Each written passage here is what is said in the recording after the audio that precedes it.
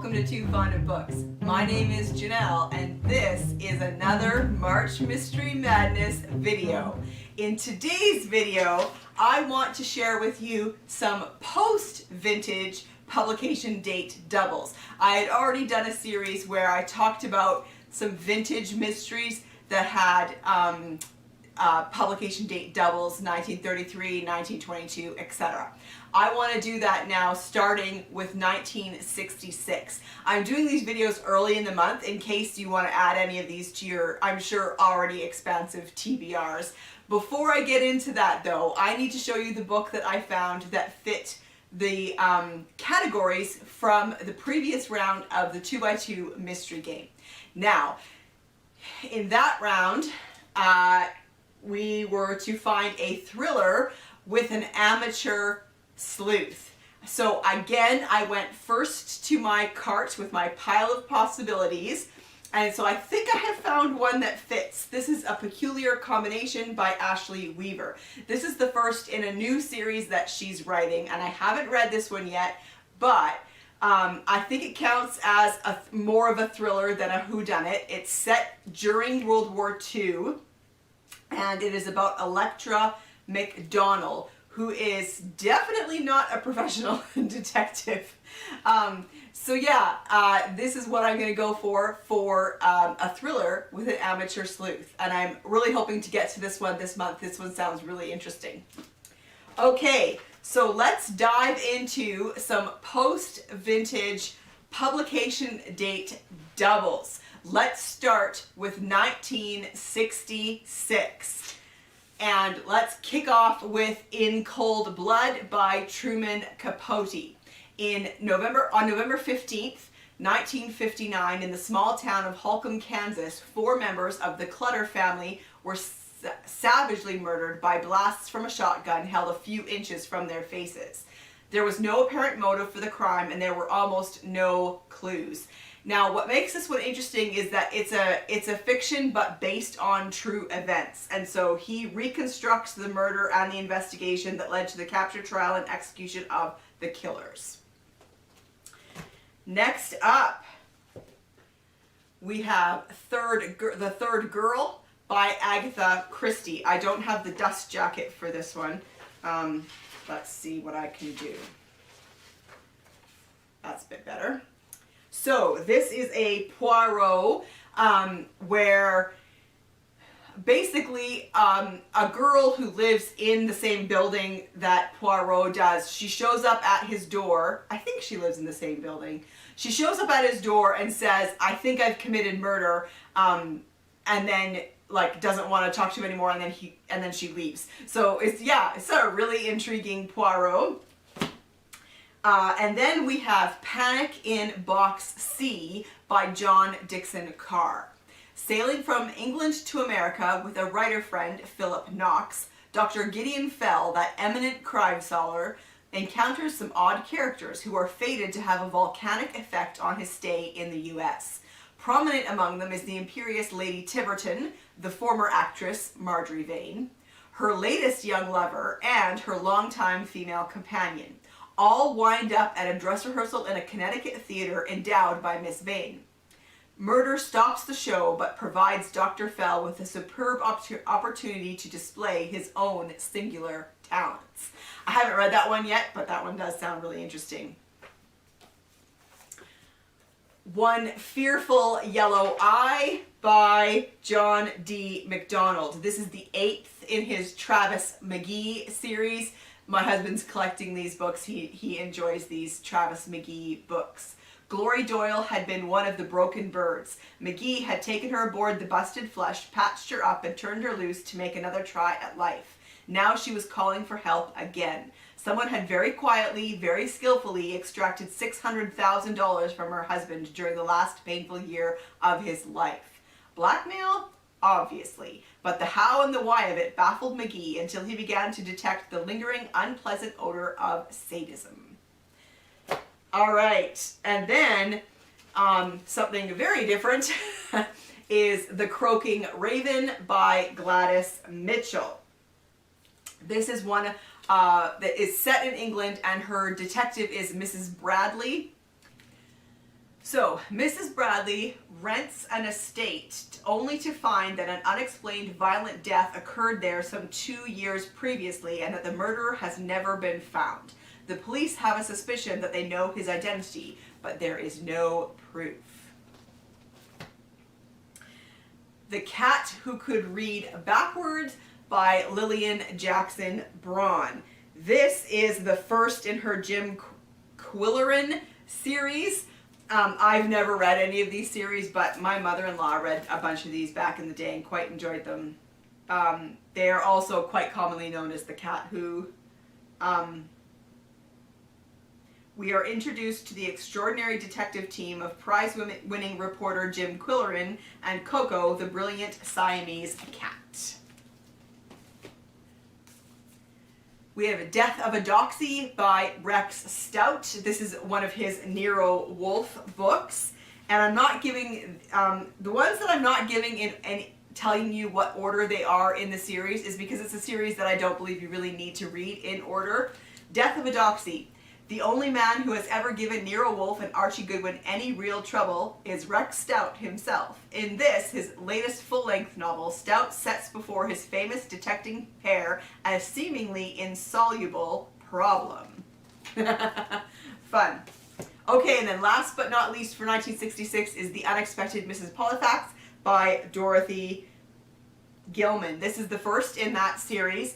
I love this series. It's so entertaining. Mrs. Polifax is an older woman who decides that now that she's retired, rather than working in her garden, she wants to become an agent of the CIA. And she does. Very entertaining. Okay, let's move on to 1977. Nobody's Perfect by Donald E. Westlake. This is the fourth in the Dortmunder series. Comic crime hero Dortmunder and his gang of bungling thieves are back in a hilarious caper. Mishaps and misunderstandings force the gang to steal a painting not once, but twice in this hilarious misadventure. A Judgement in Stone by Ruth Rendell. This is a standalone book. It's not part of her Wexford series. And this one has such a fantastic opening sentence. I love it. Eunice Parchman killed the Coverdale family because she could not read or write. Isn't that great? Okay, and then we have Last Ditch by Ngaio Marsh. This is part of her Detective Roderick Allen series. The last ditch hidden behind a hedge is a sheer drop, murderously deep, especially when someone stretches a wire across to trip a horse. The last to jump is a young stable hand who is duly crushed beneath several stone of well-groomed mare. The last straw for Roderick Allen is when his young son Ricky becomes involved right up to his considerably endangered neck. And last for 1977 is Death of an Expert Witness by P.D. James. This is part of her Adam Dalgleish series. When a young girl is found strangled in a field in the fens, it looks like a routine job for the staff of the East Anglian Forensic Laboratory. But then the senior biologist is found dead in his home and murder comes closer to home. And Commander Adam Dalgleish faces the most baffling inquiry of his career. Let's jump to 1988, and we're going to kick off with The Silence of the Lambs by Thomas Harris. I don't know if I need to say anything about this one, but of course we have Clarice Starling, who is a trainee at the FBI Academy, and the big case that everybody is working on is the serial murderer known only by a grotesquely apt nickname, Buffalo Bill. Double Whammy by Hiaason. This is the first in the Skink series. The protagonist, a private investigator, is hired to expose a celebrity bass fisherman as a cheat and is drawn into a frame-up for murder. Crimson Joy by Robert B. Parker. This is the 15th in his Spencer series. I love this series. I love Spencer. He's so great. A serial killer is on the loose in Beantown and the cops can't catch him. Called the Red Rose Killer because he leaves a long-stemmed red rose on each woman he slays. He's paralyzing every female who has to walk the streets after dark. But once Spencer joins the chase, the murderous trail turns toward home when a rose is left for Spencer's own Susan Silverman. Confessions of Brother Halvien by Ellis Peters. This is part of the Brother Cadfael series. It's the 15th chronicle of Brother Cadfael. I love that they actually have it right on there. It's very helpful for people who like to read a series in order. After a mild autumn, December of 1142 brings a smothering, silent blanket of snow. Thus it comes about that the guest hall of the Benedictine Abbey of St. Peter and St. Paul is damaged, and the brothers must repair its roof before the danger roof worsens. The treacherously icy conditions are to prove near fatal for Brother Halvien. He slips from the roof in a terrible fall, sustaining such grave injuries that he makes his deathbed confession to the abbot and Brother Cadfael. A startling story of trespasses hard for God or man to forgive emerges. But Halvien, I'm having a hard time with that name, does not die. On his recovery, he sets out on a journey of expiation with Cadfael as his sole companion. An arduous trip, it leads to some shocking discoveries and to murder. Another in the Cadfael series is A Rare Benedictine by Ellis Peters. This is the advent of Brother Cadfael. These are some short stories that are about the beginnings, like we kind of go back to the very beginning of when Brother Cadfael joined the monastery. And then The Sands of Time by Sidney Sheldon. 4 women are forced to leave their Spanish convent for the outside world of threat, violence, and passions. 2 men are pitted against each other in a fight to the death. Ooh, that sounds very exciting. All right, let's move to 1999. And we have L.A. Requiem by Robert Crais. This is the 8th in his Elvis Cole and Joe Pike series. The day starts like any other in L.A. The sun burns hot as the Santa Ana wind blows ash from mountain fires to coat the glittering city. But for private investigator Joe Pike, the city will never be the same again. His ex-lover, Karen Garcia, is dead, brutally murdered with a gunshot to the head. The Remorseful Day by Colin Dexter. This is the very last in his Morse series. I love this series. It's set in Oxford. Morse is a detective inspector, and I don't want to say anything because it's the very last in the series. Death du Jour by Kathy Reichs. This is the 2nd Temperance Brennan. In the bitter cold of a Montreal winter, Temperance Brennan is digging for a corpse buried more than a century ago. But it's a chain of contemporary deaths and disappearances that has seized her attention, and she alone is ideally placed to make a chilling connection among the seemingly unrelated events. At the crime scene, at the morgue, and in the lab, Temperance probes a mystery that sweeps from a deadly Quebec fire to startling discoveries in the Carolinas. High Five by Janet Ivanovich. This is the 5th, obviously, in her Stephanie Plum series. Stephanie Plum is she's a bounty hunter in New Jersey. I love that series also. That's just a really fun mystery series. And then we have The Testament by John Grisham. An eccentric, reclusive billionaire looking for a way to die. A burnt-out Washington litigator just out of rehab for the 4th time. And a woman who left the modern world to live and work with a primitive tribe in the jungles of Brazil. They are all brought together by the startling secret of the Testament. Pop Goes the Weasel by James Patterson. This is the 5th in his Alex Cross series. And I will admit, I really love, especially the early Alex Cross books. They were really very entertaining. And then O is for Outlaw by Sue Grafton, another series that I love. This is from her Kinsey Milhone series. Kinsey Milhone is a private investigator in Santa Teresa in California. Okay, let's jump to 2002. I'm counting 2002 because there are double twos and double O's. Okay, and so let's start with In the Bleak Midwinter by Julia Spencer Fleming. This is the first in her Claire Ferguson and Russ Van Alstyne series. It's a cold, snowy December in the upstate New York town of Miller's Kill, and newly ordained Claire Ferguson is on thin ice as the first female priest of its small Episcopal church. Chief of Police, Russ Van Alstyne, dismisses her as a naive do-gooder, and her blunt manner, honed by 10 years as an army pilot, receives a chilly reception. When a baby is abandoned and a young mother brutally murdered, Claire has to pick her way through the secrets and silence that shadow the town like the ever-present Adirondack Mountains. Interesting pair there. Yeah. A Fearsome Doubt by Charles Todd. This is the 6th in his Rutledge, in the Inspector Rutledge series. Historical mystery set just after World War I.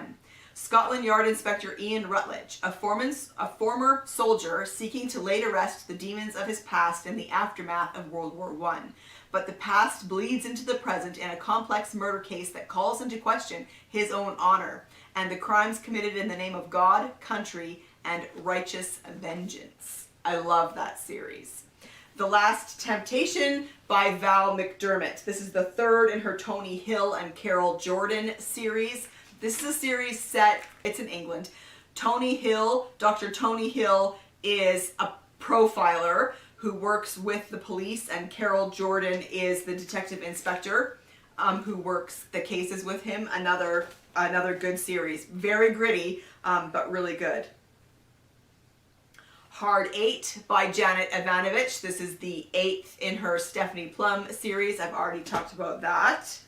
Second Chance by James Patterson with Andrew Gross. This is the 2nd in the Women's Murder Club series. This is a series that is set in, I want to say San Francisco? Yes, San Francisco. And the Women's Murder Club consists of Lindsay Boxer, who is a detective, Cindy Thomas, who is a reporter with the Chronicle, and Claire Washburn, who is a medical examiner. And in this book, so earlier in the series, Assistant District Attorney Jill Bernhardt. Later in the series, that changes to a different character. But so it's an interesting series because you get the case from all 4 of their perspectives, which is kind of interesting. The Summons by John Grisham. Judge Atlee lives alone in the ancestral home in Clayton, Mississippi. He is a beloved and powerful official who has towered over local law and politics for 40 years. No longer on the bench, the judge has withdrawn to the Atlee mansion and becomes a recluse. With the end in sight, Judge Atlee issues a summons for both sons to return home to Clanton to discuss the details of his estate. Four Blind Mice by James Patterson. This is the 8th in the Alex Cross series. Yeah, again, a good series to check out if you just like a good, fast-paced police procedural. The Apprentice by Tess Gerritsen is the 2nd in her Rizzoli and Isles series. This series is set in Boston. Rizzoli is a detective and Isles is the medical examiner, so they make a great pair of detectives. Lost in a Good Book by Jasper Ford. This is the 2nd in the Thursday Next series. Thursday Next is a literary detective. I love this series as well. It's a genre blend of science fiction and mystery set in an alternate world, an alternate England in the 1980s. It's fantastic. The characters can jump in and out of books. It's great. Kiss Cut by Karen Slaughter is the 2nd in the Grant County series. These are a series set in Georgia.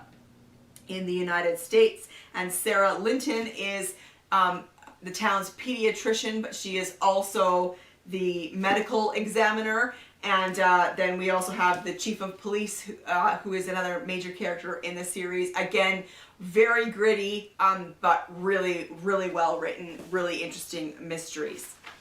The Kalahari Typing School for Men by Alexander McCall Smith. This is the 4th in the #1 Ladies Detective Agency series. Precious Remotsway is a private detective, and I love these mysteries. They're gentle. You get multiple mysteries, cases that she's working on in each book, and they're great. And then last for 2002 is Q is for Query by Sue Grafton. This is another one of her Kinsey Milhone books. Let's jump to 2011 with Smokin' 17 by Janet Ivanovich. Again, another in her Stephanie Plum series, a bounty hunter in New Jersey. A Red Herring Without Mustard by Alan Bradley. This is the third in the Flavia de Luce series. I love this series. Again, Flavia is an 11-year-old amateur detective in England in the 50s. But also, I just love the names of this series. The names are so fantastic. A Trick of the Light by Louise Penny. Isn't this cover gorgeous? This is the 7th in her Armand Gamache series. This is set in Quebec in a small village of Three Pines. Armand Gamache is a detective with the Sûreté in Quebec. Fallen by Karen Slaughter. This is the 5th in her Will Trent series, also set in Georgia. Will Trent is, he works with the Georgia Bureau of Investigation. And I love that eventually Karen Slaughter connects the two series, the Grant County series and the Will Trent series. She ends up connecting them and they become one series. I think that's great.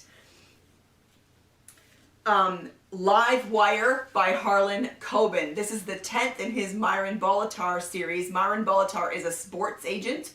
When former tennis star Susie T and her rock star husband Lex encounter an anonymous Facebook post questioning the paternity of their unborn child, Lex runs off and Susie, at 8 months pregnant, asks Myron to save her marriage and perhaps her husband's life. Pirate King by Laurie R. King. This is the 11th in her Mary Russell and Sherlock Holmes series. So historical mystery. Sherlock Holmes is a character, and also Mary Russell. The Silent Girl by Tess Gerritsen is the 9th in the Rizzoli and Isles series. Now You See Me by Sharon Bolton. This is the 1st in her Lacey Flint series. What's the worst thing that could happen to you, Karen? This, thinks Karen, her eyes tightly closed. This is the worst thing that could happen to me. A savage murder on London streets, 120 years to the day since Jack the Ripper claimed his first victim. A crime with all the hallmarks of a copycat killer. Detective Constable Lacey Flint has never worked a murder case. Now she must outwit a brilliant psychopath whose infamous role model has never been found. When the murderer claims another victim, Lacey agrees to be the bait to lure out the monster, but this killer is already one step ahead and fixated on Lacey. I love Sharon Bolton. She is a fantastic, fantastic writer. A Lonely Death by Charles Todd. This is the 13th in his in the Ian Rutledge series. The House at Sea's End by Ellie Griffiths. This is the 3rd in the Ruth Galloway series. This is set in Norfolk, on the Norfolk coast in England, and Ruth Galloway is a forensics expert, also like anthropology or archaeology or something like that. And the detective that she ends up working with on cases is DCI Harry Nelson. I love the atmosphere in these. I love the setting of the coast of Norfolk. It's great. The Impossible Dead by Ian Rankin. This is the 2nd in his Malcolm Fox series. Malcolm Fox and his team work in internal affairs. They've been sent to Fife to investigate whether fellow cops covered up for a corrupt colleague, Detective Paul Carter. Carter has been found guilty of misconduct with his own uncle also in the force, proving to be his nemesis. But what should be a simple job is soon complicated by intimations of conspiracy and cover-up. A brutal murder has long lain hidden, and it looks like it was committed with a weapon that should not even exist. And then last on this huge list is Shatter the Bones by Stuart McBride. This is the 7th in the Logan McCrae series. These are set in Scotland, and Logan McCrae is a detective in Aberdeen. This is another great series. A little bit quirky, police procedurals, but not light. Like, these ones are a little more gritty, but just a fantastic series. So there you have it. Those are my recommendations for post-vintage publication date doubles. Let me know in the comment section down below if you've read any of these books. And before I say goodbye, it's time for another round of the 2x2 mystery game. Time for another round of the 2x2 mystery game. Roll number 1. 3 gives us setting. So is it going to have to be a rural setting or an urban setting? Roll number 2. 3 again, so we roll again. 5. Time period. After 1970 or before 1970? All right, roll number 3. This will decide. 2. So I need to find a book that is a rural setting that it was written after 1970. Now, I love that you guys are playing along, so please continue to put the books that you find that fit this round in the comment section down below, and I will see you for another video soon. Bye.